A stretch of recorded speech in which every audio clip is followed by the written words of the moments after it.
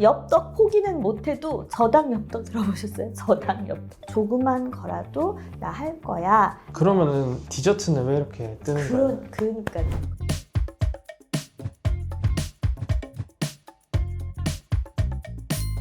네, 안녕하세요. 생활변화 관측소 소장 박현영입니다. 저는 데이터를 통해서 트렌드 분석하고 브랜드 컨설팅 하는 일을 하고 있습니다. 사람들이 건강에 대해서 많이 궁금해하는 것 같아서 모셔서 좀 얘기 들어보려고 합니다. 네. 내년에 건강 트렌드, 흐름 같은 거 한번 짚어주실 수 있을까요? 네, 너무 좋습니다. 그러니까 건강이 트렌드인가? 라고 하면 사실은 이상한 말이거든요. 왜냐하면 건강은 행복처럼 언제나 누구나 추구하는 가치지 이게 트렌드라고 할 수가 있나? 아닌 때가 있었나? 이제 이렇게 할 수가 있잖아요. 근데 이제 두 가지가 있습니다. 하나는 양적으로 건강이라는 담론 자체가 늘어나고 있습니다. 두 번째는 그 늘어나는 와중에 건강의 결이 좀 달라지고 있거든요. 근데 이제 건강이라고 하는 것 자체의 양이 굉장히 증가하고 있는 것은 이제 엔데믹 이후 23년, 24년, 25년 이렇게 되면서 좀 증가하는 요때가 있어요. 지금 요때의 결이 무엇인가를 이제 과거부터 볼게요. 2010년대 초반 중반까지만 해도 우리가 건강 이러면 다 먹거리 건강이었어요. 특히 이제 유기농 같이 우리 애기한테 좋은 거 먹여야지. 그리고 슈퍼푸드 들어보셨죠? 무슨 칼라로 되어 있는 걸 먹어야 돼. 견과류를 먹어야 돼. 이게 좋은 거야. 어떻게 먹느냐 보다는 무엇을 먹느냐에 관련된 내용이었습니다. 그러다가 2010년대 중반부터 후반까지, 그러니까 팬데믹 전까지 그때 눈바디라는 말이 생겨났어요. 그리고 바프 엄청 열풍이 불었죠. 그리고 건강미, 건강한 건 예쁜 거야. 이제 그런 얘기들이 이제 막 생겨났습니다. 그리고 팬데믹이 난 다음에 이제 한국에서 진짜 있을 것 같지 않았던 비건이라든가 지구건강, 크루얼티 프리, 서스테이너빌리티 이런 부분들이 막 쭉쭉쭉 올라가면서 비건을 표방하는 브랜드도 있고 이제 그렇지 않은 브랜드여도 비건 라인을 낸다든지 화장품도 마찬가지 옷도 마찬가지 들어보셨죠? 근데 비건 이런 담론은 사실 2023년 이후에 이제 빠르게 하락하고 다시 오기는 좀 어려울 것 같아요. 그럼 지금의 건강은 무엇이냐?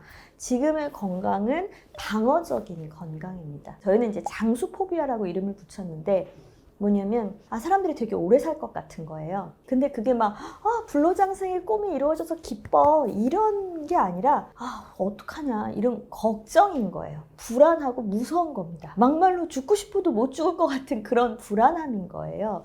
그러니까 젊은 사람들이 내가 저렇게 이제 나이 들어서 저렇게 되면 안 되는데 라는 공포 때문에 또 오래 살 것 같다라는 공포 때문에 내가 지금부터 뭐라도 준비해야지. 지금 이런 건강인 것입니다. 이런 와중에 저속노화라는 이제 키워드를 갖고 나오셨고 그 슬로우 에이징에서 말하는 것이 뭐냐면 이제 생활 습관을 바꿔야 되고 에이징은 오지만 천천히 갈 수 있고 이 생활 습관과 에이징이라는 것이 고리로 연결되어 있어. 그래서 이러한 것들을 하면 좋아 라고 하는데 그 이러한 것들이 갑자기 지금부터 새벽 5시에 다 일어나야 돼. 지금부터 다 탄수화물 다 끊어 라는 식의 이제 극단적인 이야기가 아니라 할 수 있는 이야기들이었어요. 뭐냐면 저속노화 식단이야. 그러면 당신 드시는 식단에서 순서만 바꿔서 채소부터 드셔. 햇반 드시죠? 이왕 먹는 거 렌틸콩 햇반 한번 드세요.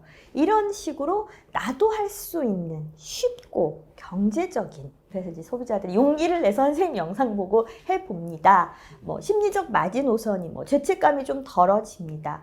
이런 식의 사람들에게 슬로우 에이징이라는 이제 저속노화라는 언어도 좋고 그러니까 첫 번째는 두려움이 있었죠. 두려운 와중에 저속노화라는 언어도 주고 어떻게 해야 되는지에 대한 하우투도 준 거예요. 그러면서 이번에 쭉쭉쭉 올라가고 있습니다.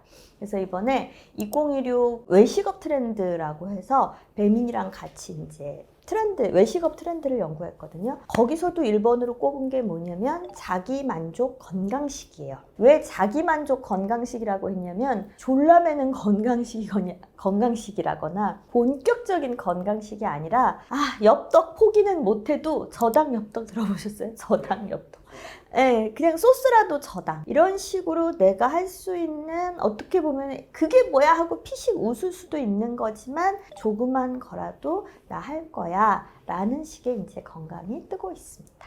근데 이게 시기적으로 엔데믹 이후에 확 커졌다고 하셨는데 네네네. 딱 코로나 이후로 좀 편의점에서 약간 단백질 음료가 갑자기 많다거나 체감하는 부분도 있거든요. 네네네. 그 엔데믹 이후에 구체적으로 이게 어떻게 해서 이게 더 커지게 된 건지 혹시 말씀해 주실 수 있나요? 맞아요. 우리가 지난 15년, 이제 2025년이라는 게 되게 의미가 있는데요. 2010년부터 15년까지가 앱의 시대라고 부르는 시간이에요. 이제 스마트폰을 막 사람들이 사고 앱을 깔아서 새로운 것들을 많이 보면서 라이프 스타일이라는 말이 생기고 라이프 스타일로 막 폭발이 돼가지고 새로운 것을 막 받아들이고 그런 시기 딱 15년이 지금 저물고 있는 때거든요. 네. 근데 그 와중에 공교롭게도 그 10년에 15년 마지막 뒤 5년에 팬데믹이 터진 거예요. 그것도 2020년에. 그러니까 이 새롭게 소개된 많은 것들을 이때 많이 숙성했어요. 그러니까 디저트로 치면은 이때는 디저트 안 먹고 줄 안 서고 몰랐던 사람들도 이때는 나도 줄 서보고 먹어보고 알아보고 이런 식으로 이제 퍼져나가는 때라고 할까요? 예를 들면 오늘의 집 몰랐던 사람들도 오늘의 집 알게 되고 조명 요런 게 좀 있네 이렇게 만약 인테리어라고 치면 더 열심히 해볼 수 있는 시간이 생긴 거죠. 음식이라고 하면 더 많이 이제 접해볼 수 있고 이런 것이 있고 또 하나는 팬데믹 때 요리와 관련된 내용들이 굉장히 급격히 올라갔거든요. 그러면서 어떤 담론이 같이 올라가냐면 요리 초보, 요리 절벽 벼랑에 섰어 이런 이제 절박함의 언어들이 많이 나왔어요. 그전에 우리가 같이 만나잖아요. 그러면 얼레벌레 먹게 돼요. 근데 만나지 마, 집에 있어, 꼼짝 마, 외식도 금지야 이렇게 했을 때에는 정말 못하는 사람조차 해먹어야 돼요. 그러네요. 그러니까 이제 요리 초보, 요리 절벽 이런 거예요. 옛날에 이제 자취생이라고 치면은 잠깐 사 먹기도 하고 누구도 좀 만나고 대단히 사교적인 사람 아니더라도 이러면서 집에서 요리 한 번 안 해도 그냥 지나갈 수가 있어요. 근데 팬데믹 때 아주 심할 때는 진짜 안 해먹고는 견딜 수가 없었거든요. 그러면서 이제 밀키트도 많이 부상을 하고 그러면서 말하자면 자기가 자기를 돌볼 수밖에 없는 것을 겪은 거예요. 이렇게 살게 되겠구나. 결국 나는 이런 식으로 나 혼자 나를 돌보면서 살 수밖에 없구나 라는 것에 대해서 우리는 이제 요리하는 그러니까 식품업계들이 다 잘 됐거든요 그때. 소비자들의 저변이 넓어졌다고 했어요. 보통 이제 요리하는 사람들 뿐만이 아니라 안 하던 사람들까지 이제 우리 고객이 됐어. 이렇게 했고, 또 이제 저희는 어떤 표현을 썼냐면 요리 시스템을 갖출 수밖에 없게 되었다라는 것을 이제 말했었거든요. 사람들이 자기가 혼자라는 것을 느끼고, 이제 혼자만의 거대한 시스템이 아니더라도 이제 방법들을 알게 되고 이러면서 자기 돌봄이라고 하는 부분이 확 커지게 된 거죠. 그러면 사람들이 지금 얘기하는 건강이라는 게 구체적으로 어떤 걸 좀 건강이라고 하고 있나요?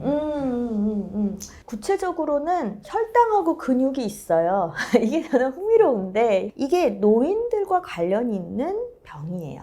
이제 소위 중풍이라고 하는 것처럼 그런 식의 혈액순환이 잘 안 되거나 이랬을 때 되게 안 좋은 예후가 벌어지게 되는 부분이 혈당이죠. 그리고 근육은 이동권과 관련이 있는데 내가 지금부터 근육을 좀 쌓아두지 않으면 노인이 돼서 이동이 어려워. 이동이 어려워지면 내가 굉장히 노후가 안 좋아를 이루고 있는 담론이죠. 이게 지금 각광받고 관심받고 있는 포인트죠.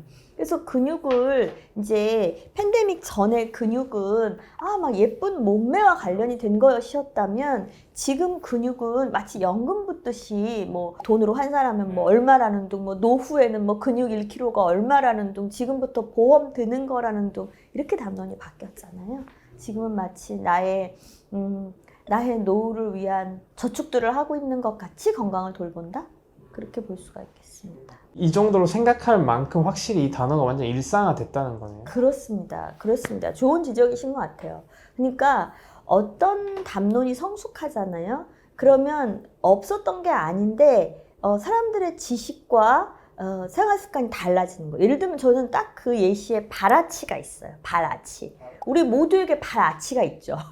그런데 우리가 운동을 할 때 나의 발아치가 높네 낮네 이런 생각 별로 하지 않았었어요. 근데 사람들이 러닝을 열심히 하다 보니까 어떤 얘기가 나오냐면 발아치를 막 재준다는 둥, 나는 발아치가 높아서 낮아서 이런 얘기를 하게 되잖아요. 발아치가 없던 건 아니죠. 누구나 발아치를 갖고 있었는데 그런 것처럼 혈당이라고 하는 말도 혈당 패치라는 말을 했나? 혈당 스파이크라는 말을 했나? 다 학습한 거죠.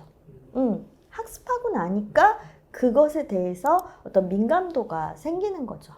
그러면은 이렇게 건강 신경 쓰는데 디저트는 왜 이렇게 뜨는 거예요? 그러니까요. 그러니까 이게 너무 웃긴 모순이잖아요. 특히 디저트 중에서도 지금 제일 뜨는 게 제철 과일 생크림 케이크거든요. 이거 완전 당 폭탄인 거거든요. 과일도 당이 엄청 높은 제철 과일을 가져다가 설탕물에 담가서 코팅을 해가지고 생크림이라고 하는 것에다가 케이크를 몇 단을 쌓아가지고 2.3kg라고 하잖아요. 성심당의 딸기 시루가. 이걸 먹고 있다라고 하는 게 굉장히 모순되잖아요. 근데 이 디저트는 팬데믹 때부터 보상, 기분 전환, 위로 이런 거랑 연관이 돼 있어요. 그러니까 얘는 칼로리 개념이라기보다는 정신 건강에 있어서 나의 위로 수단이에요. 예쁘기도 하고. 그리고 지금 디저트는, 한국 디저트는 지금은 사회생활이기도 해요. 나 건강 때문에 디저트 가게 안 가. 이러면 사람 못 만나요. 마치 우리 옛날에 술 한 잔, 내가 뭐 술을 뭐 분해가 있네 없네 이런 거 안 가리고 술 한 잔 하러 가자. 그럼 그냥 의뢰 가는 게 사회생활이듯이 디저트 가게 가자고 하면 그냥 가는 그런 게 사회생활이고요. 또 다른 의미의 사회생활은 뭐냐면은 지금 이렇게 딸기 시루가 날리고 베이글하고 소금빵에 어쩌고 저쩌고 하는데 내가 아무리 빵 싫어해도 그게 뭔지는 알아야. 가봤어야 그야말로 이제 대세동참하는 사회생활이 그죠. 되죠. 네, 마치 우리 옛날에 드라마 안 좋아해도 40%씩 넘는 시청률 있으면 주인공 이름 정도는 알아야 되는 것처럼 지금의 디저트는 약간 이 건강 담론이라기보다는 사회생활이다. 이렇게 볼 수가 있습니다. 제가 그냥 오늘 쭉 들었을 때 건강이란 단어가 쉬워진 것 같거든요. 지금의 건강은 환자로서의 건강이 아니라 안 아픈 사람이 일상적으로 자기를 돌보는 건강이에요. 이게 바로 바뀐 거예요. 옛날에 건강 이렇게 하면은 약간 이제 노인으로 접어드는 사람들, 그 사람들이 타깃이었어요. 근데 지금 건강이라고 하는 것은 어떤 면에서는 뭐 안 건강하다고도 할 수 있지만 병리적인 의미에서 환자가 아닌 사람들, 건강한 젊은이들 있죠. 병리적인 입장에서 그런 분들이 일상 속에서 자기를 돌보는 것에 가깝습니다. 건강하면 요새 뜨는 그런 연관된 많은 단어가 웰니스인데 그런가요? 웰니스를 2부에서 좀 더 네. 그런가요에 대한 답변을 들었으면 좋겠고 네네네.